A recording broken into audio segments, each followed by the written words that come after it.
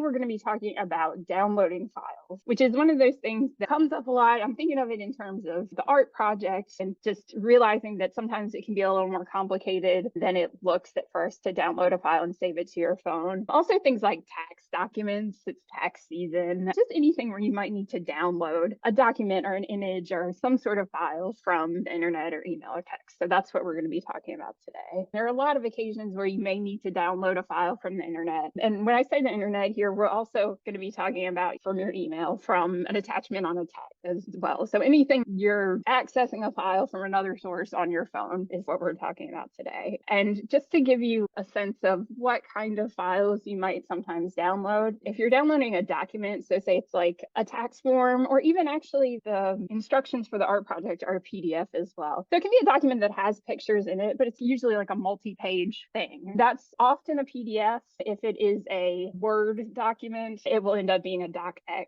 But PDFs are the sort of universal document file that you should be able to open on just about any device. And then there are image files, which are generally JPEGs or PNGs. I think that's how you say them. I know people have had different ways of pronouncing them in the past, but they're generally going to have those tags on the end. So you'll see these files and it'll say .pdf or .docx or .jpeg, and images are generally JPEGs or PNGs. The first thing I want you to think about prior to getting into how we do this is making sure that you're downloading things safely. I know we've talked about internet safety. One of the things you want to be wary of is downloading anything from a source that is unfamiliar to you. And the reason that is because you can unintentionally download viruses, malware, things that can just mess up your device. Security on devices to protect against these things is better than it has been in the past, but you want to be careful nonetheless. You don't want to be downloading just random things from suspect sources. So if you get an email with an attachment, make sure that email is coming from someone who's in your contact list. If it's something that looks like an ad, don't download from that. If you see something that is interesting to you, but the source looks a little suspect, Google the thing itself. Get the real website for something. But as a rule, just don't download things that are not from a trusted contact, a trusted website, the official site of whatever it is you're looking for. I have this one. This is probably the most suspect, prompting you to download something. These pop-up windows. And I know you've probably seen these on your phone. You might have a pop-up blocker on your phone that makes it so you see less of these, but sometimes they come through anyway. So you're just opening an app or something and this window pops up like this. So it's trying to get you to download this free ebook. Don't do that. Just as a rule of thumb, if it's a pop-up, don't download from it. Click that X that they make hard to find so that you can't, it's hard to close the window, but the X is always there somewhere.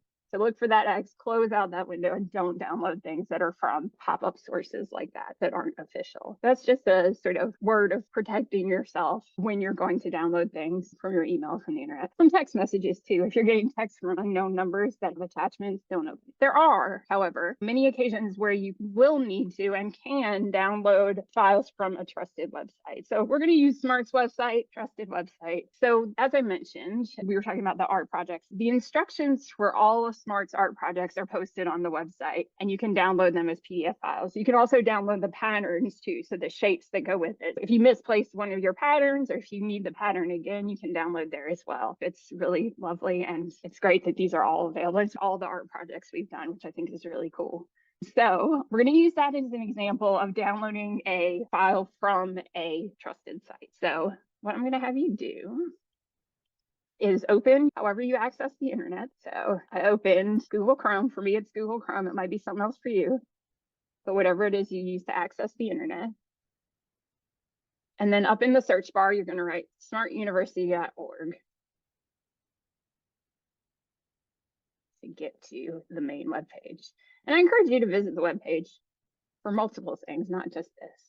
You see the home page right there. And then to access the files that go with the art projects, you're going to go up to this main menu, click on it, and then say Programs here, and then select Smart Art. And then if you scroll down, this might look a little different for you just because Wes has updated the website since I made this video, but it's real similar. I'm just showing you that all of the art projects are on here. If I kept scrolling, you get down all the way, so you can look at all of those. Just play it one more time. So you're going to Menu, Programs, Art, and then scrolling down. And under each one, you have links for the instructions and also the patterns.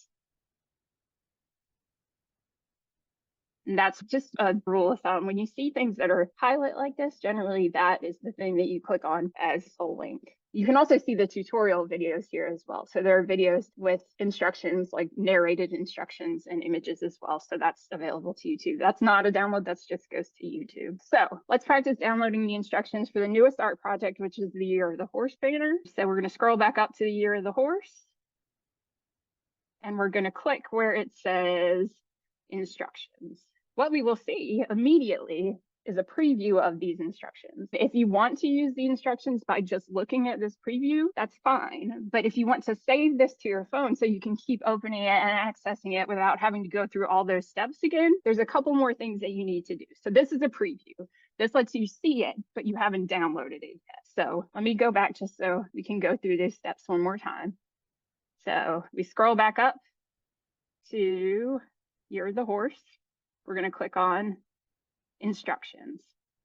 And immediately, this will pop up as a preview. So you can look at it from there, but if you want to save it to your phone so you can access it in the future by just going into your files, there's a couple more things you need to do. So what you're going to do is click these three dots. And then this right here, this thing that looks like the arrow going downwards, that's your download button. So if you ever see that, that's what that means. So that's what you're looking for. You're either looking for something that says download or something that looks like this. This is accessing your downloads. That's not what you want. You want something that's the command to download something, or this arrow that points down. So that's what I'm going to do is click on that downward pointing arrow, and you'll see it says downloading file downloaded, and then I can open it from there. It's going to give me some options about what app I use to open it. For you, it might just be Google Drive. I have a couple other things on here as well. If you have any Google accounts, it should give you Google Drive as an option for this. So that's what I went ahead and selected for this. If you have something that's just like your default thing that opens PDFs, then it might just do it automatically. But you can just hit on Drive if that's what comes up. And now we will have downloaded it to our phone. The biggest question, I think, when it comes to downloading is where does it go once you've downloaded it? And I've had that question many times before. Let me just walk you through these steps one more time. So the three dots at the top, this is to download. You go and click on the download button here, the icon. It will tell you that it's downloading. It will give you an option to open it. And I went ahead and opened it using Google Drive. Opening it in that way, it is downloaded. So once we have downloaded this file, where does it go? I know I downloaded it. Where do I find it when I want to access it again? This is really similar on iPhone and Android. So iPhone, it's called Files. Android, it's called My Files. But as you can see, the icons for both look really similar. It's a file folder. So here, it's got it circled on the iPhone. I'll show you an easy way to find this if you're having trouble finding it in just a second, but you might just have it in your apps sitting there as files if you have an iPhone. For Android, I discovered that at least for Samsung phones, you might have a folder that says Samsung, and that's where your My Files lives. So look for that if you don't see My Files all by itself. So I had this thing that says Samsung and My Files in there. But it's a bright yellow app, and I'll show you an easy way to find it if you can't, you're not just scrolling through and seeing it. So once you open that file or My Files folder, you'll see other files in it, right? And you'll have a file folder that's called Downloads, or you'll have a button here that's called Downloads. And that's what you want to press to see anything that you have pretty much ever downloaded, and unless you have cleared out your memory, but especially your most recent downloads, that's where they'll save to. So depending on what kind of file it is, we just downloaded a PDF document. So look, it's saved in downloads. That's the Year of the Horse instructions. But if we go back, it's also saved in documents because it's a document, right?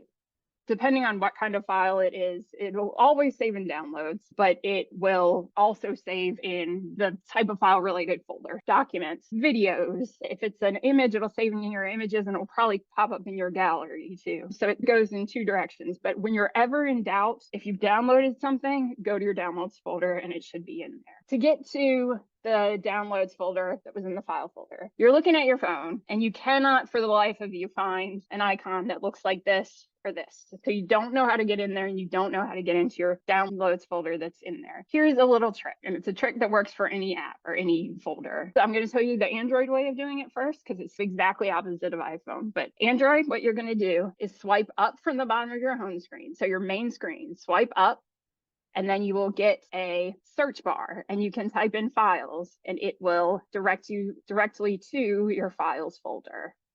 So let me pull that back and do it slower. I swiped up from the bottom of my very front screen. It gives me a search bar at the bottom. What I want to search for is files. And you'll see that yellow folder right there.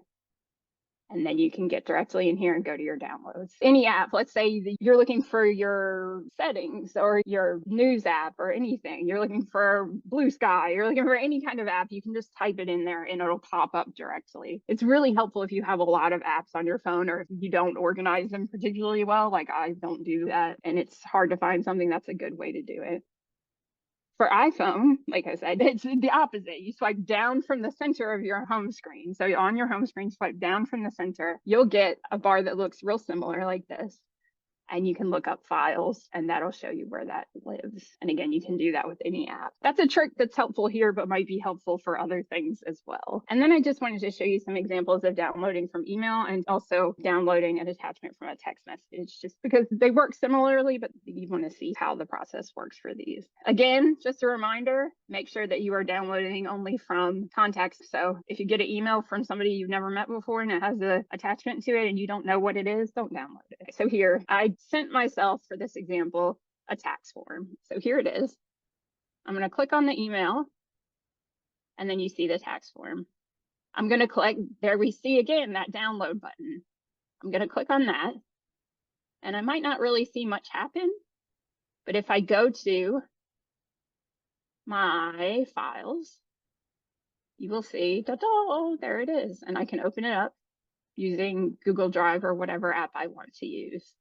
So again, it's the same thing. You're going to go to My Files and click on Downloads. That one, because it's a document, will have saved in my Documents file too. And then downloading from text. This might be one that you actually have done a little bit more often. So let me show you this. I sent myself a picture of some Barbies in a Christmas window because I thought they were really funny and they were hiding in the corner like with their turbans on. For this example, I sent this to myself. I want to download this picture to my phone so that I have it saved in my gallery. What I'm going to do, it's a little hard to see on here because what it is, you press and hold down. So you're going to click on this, hold down until you see this menu, and then say Save Attachment.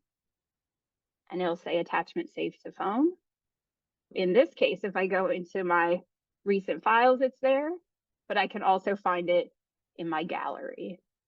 It's going to save a copy in my gallery because it's a photo. I can access it from either place, but probably for photos, you're going to want to access them in your gallery just because they're laid out like that. They're easier to scroll through as photos, but there is also a copy that lands in your downloads folder as well. Here are some key takeaways. Only download files from trusted sources. Avoid downloading anything from emails you don't know or pop-up windows or anything like that. If you have previewed a file, to locate the download button, you want to click those three dots in the top right-hand corner, and you'll either see something that says download or you'll see that little download arrow down icon. Select this option and you will download the file. And remember too that all the files that you download from the internet, email, or text are saved on your phone in your files or My Files folder. So files if it's iPhone, My Files if it's Android, and then you go into your downloads there. If you've ever downloaded something, you're like, I have no idea where that went, that's where it went. So that's the place to check. I think the biggest issue with this, I agree, is that you download something and then it's like, where did it go? So knowing where that downloads folder is will save you a lot of time and energy when you're downloading things and you're like, you know what? I don't know where it ended up. And as much as we're talking about this on phones, it's true on other devices as well. If you download something, you should be able to find something that's My Files and have the download folder in it. And that's where everything goes by default. And then you can move it around as you need to, but you didn't lose it, which is good.